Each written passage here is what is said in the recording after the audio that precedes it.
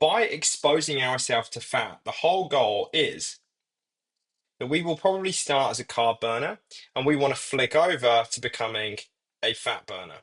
Okay. Now, unfortunately, the athletes, it took them 7 days. Okay. For us mere mortals, it will take typically between 2 and 4 weeks. So if I think about the clients that I worked with, and still occasionally work with on a private basis, I say to them, the only time I need you to be perfect, is the first 4 weeks. Okay? First 4 weeks. Because the whole point is not just about getting you losing weight, getting you into shape. It's about adapting your body. Because the way we want to see it is every single time that you are consuming fat in the absence of carbohydrate, not stimulating insulin, we are effectively going burn fat, burn fat, burn fat, burn fat, burn fat, burn fat, burn fat, and flicking over to the promised land. Does that make sense? Problem. If we go burn fat, burn fat, burn fat, burn fat, day 6, pizza, bang, burn carbs, start over again. Now, you're not going to put all of your weight back on, no, but the fat adaptation process will be undone. Does that make sense? So, will you put weight back on? Maybe from a scale weight perspective, but that will come back off in a couple of days.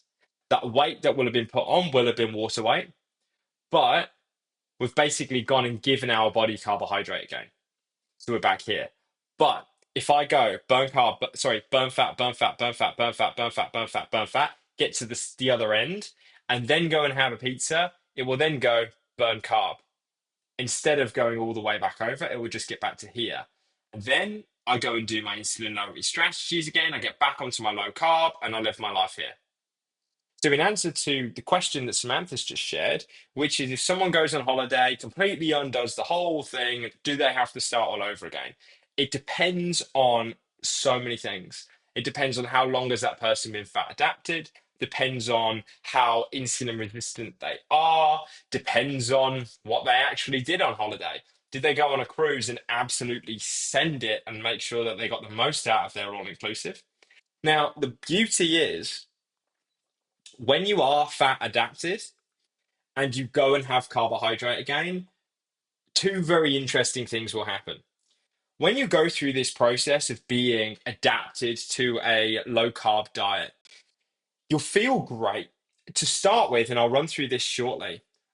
To start with, you may feel a couple of side effects potentially, but there's a way to mitigate these and decrease the severity of them, which I will run through. Um, but what you will find is that once you begin to adapt, you will feel fantastic. You will feel your appetite will be very different. You won't crave foods as much. You will have high levels of energy. You will sleep better. You'll just feel very, very well. You won't feel bloated. You're getting into shape. Everything is just working hunky dory very nicely. And what will happen is that you will then eventually begin to crave some form of rubbish food. You will, but not necessarily from a physical point of view, more from a mental perspective. Because everyone heard the saying, "Absence makes the heart grow fonder." And I used to say to my clients when they were craving, and they'd crave the weirdest stuff, and I would say to them, "Do it, do it." Now, why? I say, give in. I want you to give in and I want you to absolutely send it. You want everything, go and have it all. I want you to have the ice cream, the cookies, the wine, all of it. Because you know what happens? The next day, my God, do you feel awful? You feel terrible. And then you go, I don't know if I actually want this feeling anymore. I've been feeling so good. And I think the key thing that I want to pass on to you all here is begin to start getting away from focusing on how you look and start focusing on how you feel. Because the interesting thing is in the first 7 days, so let's say in the first 4 weeks of going low carb, are you going to transform your life 100%? No. Are you going to lose 7 stone in 4 weeks? No. not unless it's cut out. Don't do that, by the way. Um, your life isn't going to change that much if you focus solely on how you look. You may look a bit different, but if you measure yourself by how you feel, my God, will things be different. And it's the same with cardiovascular exercise.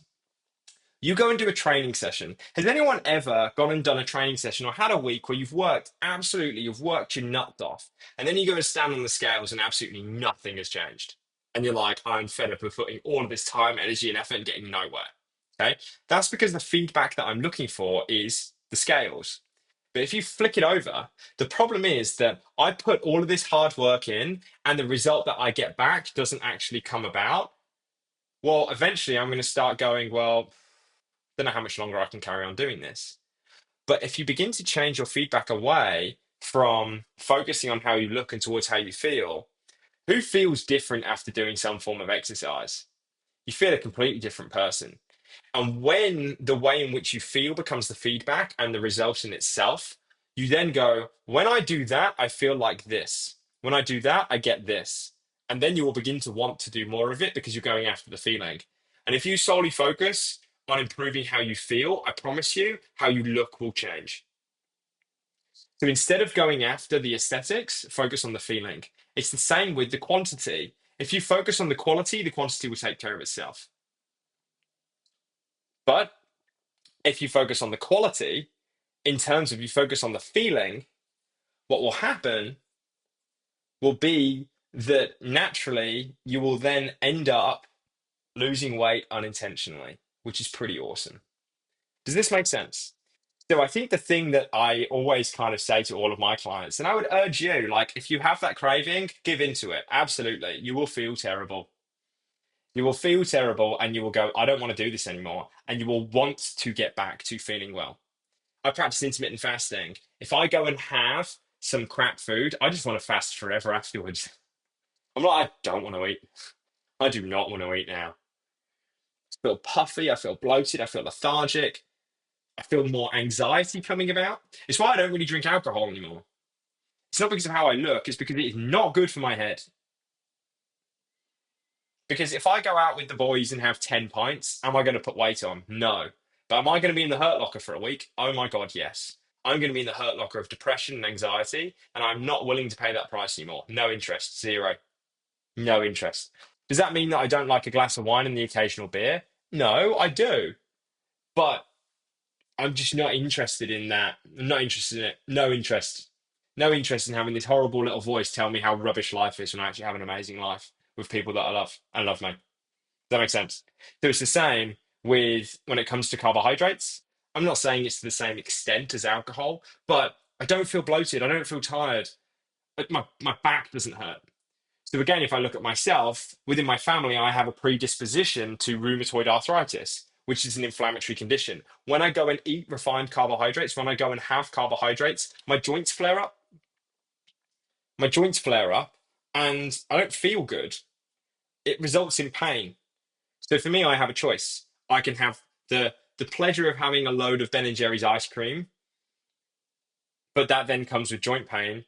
Or I can have full fat Greek yogurt with nuts, some berries, peanut butter, a little bit of salt, some dark chocolate. Oh, and I can have that without pain. Really, really simple. Does that make sense? So, in answer to the question that Samantha asked, how long does it take? Well, I don't have the answer to that question for you because it depends. But I think that personally, if you do action this and you do execute this, you won't want to eat that stuff. You won't. End of story. So what I'm going to do is I'm going to probably call that an end for today because I'm conscious of I've been going for an hour for everyone here. And I'd like everyone to actually just digest this information first. We've got another session next Wednesday at 1 p.m. And again, this is recorded and the next session will be recorded anyway. Well, I'm really going to walk through. I was going to do that today, but it ended up being a 2.5 hour thing. And I mean, I'm happy to do that. I'm used to doing that. And for the coaches who have worked with me, well, yeah, you've experienced it. But I'm not going to put you guys through that. So I could carry on for, well, yeah, I deliver 3 day events quite regularly. So, but I'm not going to do that to you guys. So I'm going to run through really next week, specifically how we can use this to suppress our appetite, and then how to practically really walk through how to make this happen. For those of you on the Nutrition Hub, the next video will really be walking through from an appetite suppression perspective, how we can really kind of like, by going through this low carb process, how we can really satisfy and suppress our appetite through changing the way in which the brain works, that cravings will disappear, mental clarity will increase. And then also, I will walk you through exactly how to practically go and implement this. We've got 3 specific plans that we can use in order to execute this. And I'm going to walk you through a step-by-step process by which you can actually choose which way of eating is going to be best for you in terms of what you're trying to achieve, in terms of your lifestyle, and also in terms of, how long do you want this journey to actually take? So I will run through on the next set of videos. If you're watching this live, I will do that next week. If you're watching this on the Nutrition Hub, it will be down below on the next set, where I'll be running through specifically how to identify using a higher carb way of eating, lower carb way of eating, or even no carb way of eating. Wow. And how to practically go and implement that. Is that all cool with everyone?